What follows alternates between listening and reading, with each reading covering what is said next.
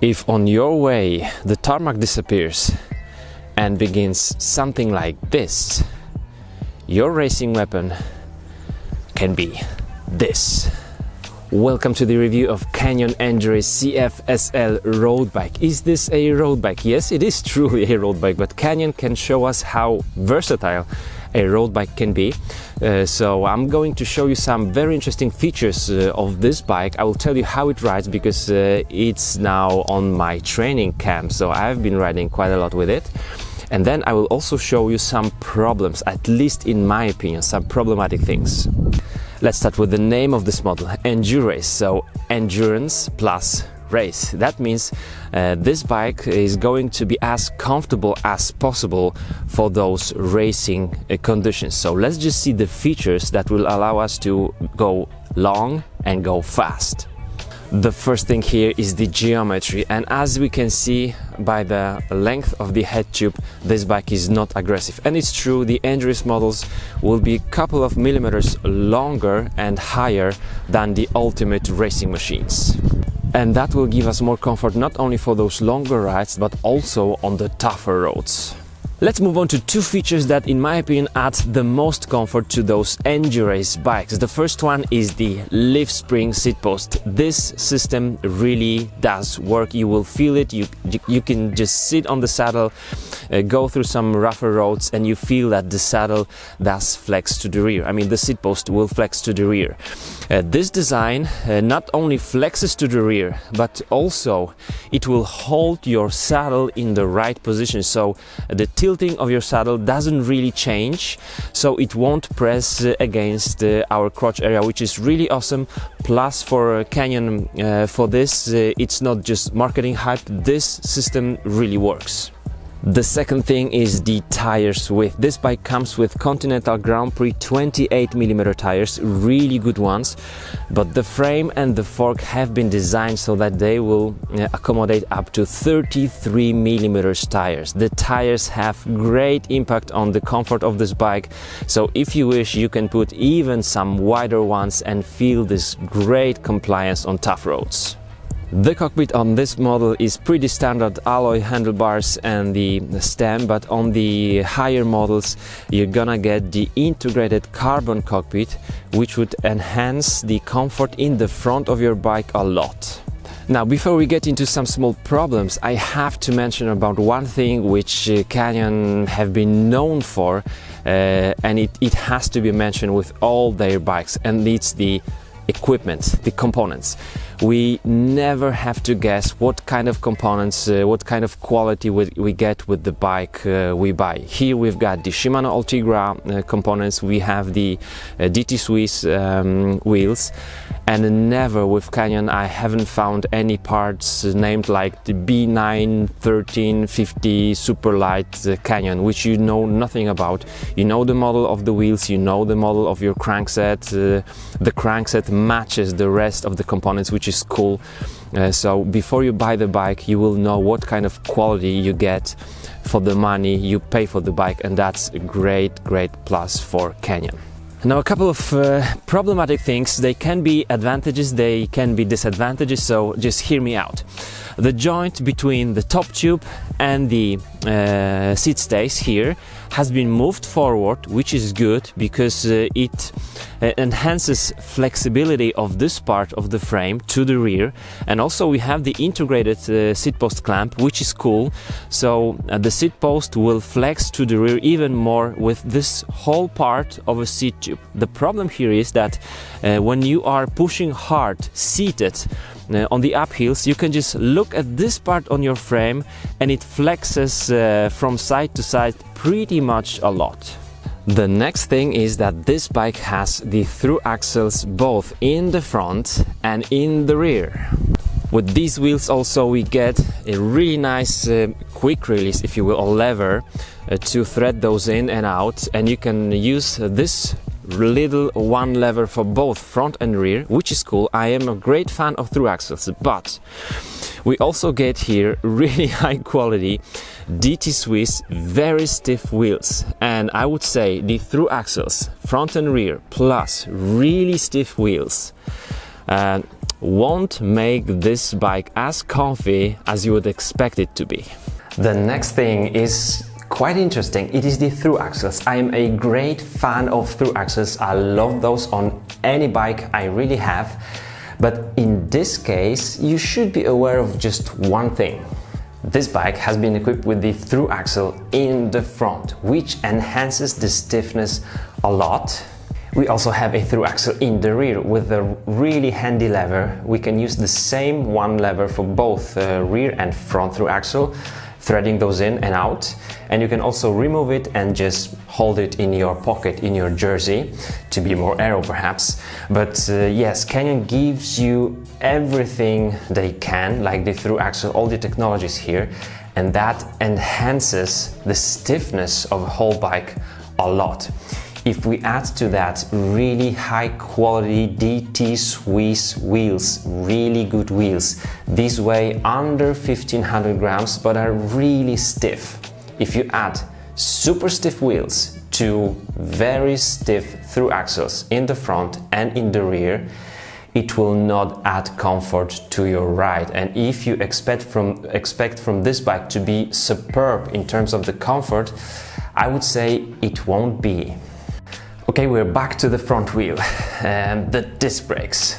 Awesome stuff. These are the same brakes I have on my Ultegra. These are the RS685 model. Love it, absolutely love it. And the disc brake rotor is in the Frieza and Ice Technologies. This is the SMRT99. Comparing to RT81 on my Super 6, this is way better. But going back to these advantages, disadvantages. The fork is straight bladed, stiff and strong, so that it can take all the forces that just work around the disc brakes. That means no compliance here at the fork. And it's same with the rear wheel. We have very strong disc brake. That's really huge advantage over the rim brakes. But as you can see, the chainstays are quite robust. If you have even quite thin seat stays but robust chainstays, you should not expect that those stays will be flexing a lot. If I compare these to my Super 6 Evo, this is way different approach. This is really robust, so this is supposed to be actually more stiff and better for power transfer than the compliance itself. As you can see, I've been trying this bike on different conditions. The cable routing, very good. Shifting, extra smooth. As you can see also, the bottom bracket area is really robust, just as other parts or stays or tubes of this frame set. That makes, in my opinion, pretty strong chassis. Now, I haven't just cleaned this bike because I want you to see something. I'm not sure you're gonna hear this, but there inside is already some dirt. Now let me tell you why. The shape of this blade of the fork is really nice. It's integrated to the shape of this head tube and the down tube or the main tube here. But when you turn, there is some part of the fork that goes out and in. That means when some dirt or sand comes in here and it goes through from the front wheel, it means you're gonna get dirt inside pretty quickly. After just first ride, it wasn't rainy, the tarmac was just wet. I got some sand there inside. So I wouldn't say it is a failure maybe, but for sure those Canyon Endurace owners should remember to remove the front regularly, couple of times a year, maybe even often during the bad weather. Clean it and put some more greens from under the headset bearing here, so that you're not gonna have problems with the bearing. Alright, it's time to sum up our Canyon Endurace test. Is the bike worth the price? Yes, it is. The carbon bike with disc brakes, which is still kind of new, aren't cheap, but this price is very competitive and we get a really good packet with the components. So there's no such thing on this bike like Canyon hubs, and you don't know then who makes the hubs and what are the hubs made of. You know the DD Swiss wheels stuff, you know the Shimano Ultegra components, cool. The next thing is here that if you get the Ultegra components, you don't get just the derailleurs, but also the crankset Shimano Ultegra. So this matches like the rest of the components, which is really cool. Many manufacturers will give you Shimano Ultegra derailleurs and some FSA crankset, and usually the crankset doesn't match the level of the other components. So here, very good for Canyon.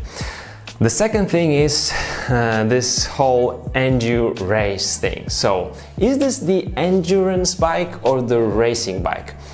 For endurance speak, the wheels or the width of the tires, up to 33 millimeters of the tires you can put on this bike. So that's endurance. The seat post, really comfy, very well working, doesn't change the tilt of the saddle. Great, that's comfort, so endurance. The geometry, slightly higher and slightly shorter than the Ultimate, so more comfort. That's okay. Now, race. And I would say all the rest is the race. So the frame and the fork are light. The frame and the fork are stiff, except for this little part here, which I don't like so much. But the robust stays and straight bladed fork is just super stiff. We've got the hydraulic disc brakes, which you can rely on in just any conditions. So doesn't matter what you do, you will stop, you will brake just as you want. The cable routing is okay, the shifting is just crisp. The through axles, front and rear, added stiffness, but not added comfort, added stiffness, and the stiff wheels, I would say race. Now, my opinion, so this is not just the test result, but my opinion, my feeling on this bike, is it more towards the endurance or race? I feel it's more for race. Do you know why? The first thing I had to do, and I did it twice, was to lower the air pressure on the tires, because you know, you get the bike after reading, I'm always reading most of the reviews I can find online, they say superb comfort. I said okay, I'm getting super comfort, I'm riding Canada Super 6 Evo, which is very comfortable for a racing bike. So I thought, okay, this will be much more comfy, wider tires. So I just put around 100 psi's to the tires, and it was so harsh on the road. Then I went down to 95. It was a little bit too harsh, so then I even lowered the pressure even more. So my feeling, it is really stiff chassis. It is light. The through axles, which I absolutely love, don't add any comfort, they add stiffness, and if you have good and stiff wheels, it will really feel stiff. It will really feel stiff. So the seat post really saves your ass, but the whole chassis is stiff, strong and light. So for me, racing. Maybe it's because I'm more like racy oriented. Maybe those Gran Fondo oriented guys would find more comfort on this bike. Somehow I don't think so. I think that the race part of this bike is stronger and much more visible, something that you will really feel on this bike. But if you've been riding any of Canyon Endurace bikes, let us know, what do you feel? In my opinion, it has more of a racy soul than the Endurace soul, but I really like riding the bike. Let me know in the comments if you have further questions or some info on your rides on this bike. What do you think about it? Thanks so much for watching, and I'll see you soon. Bye bye.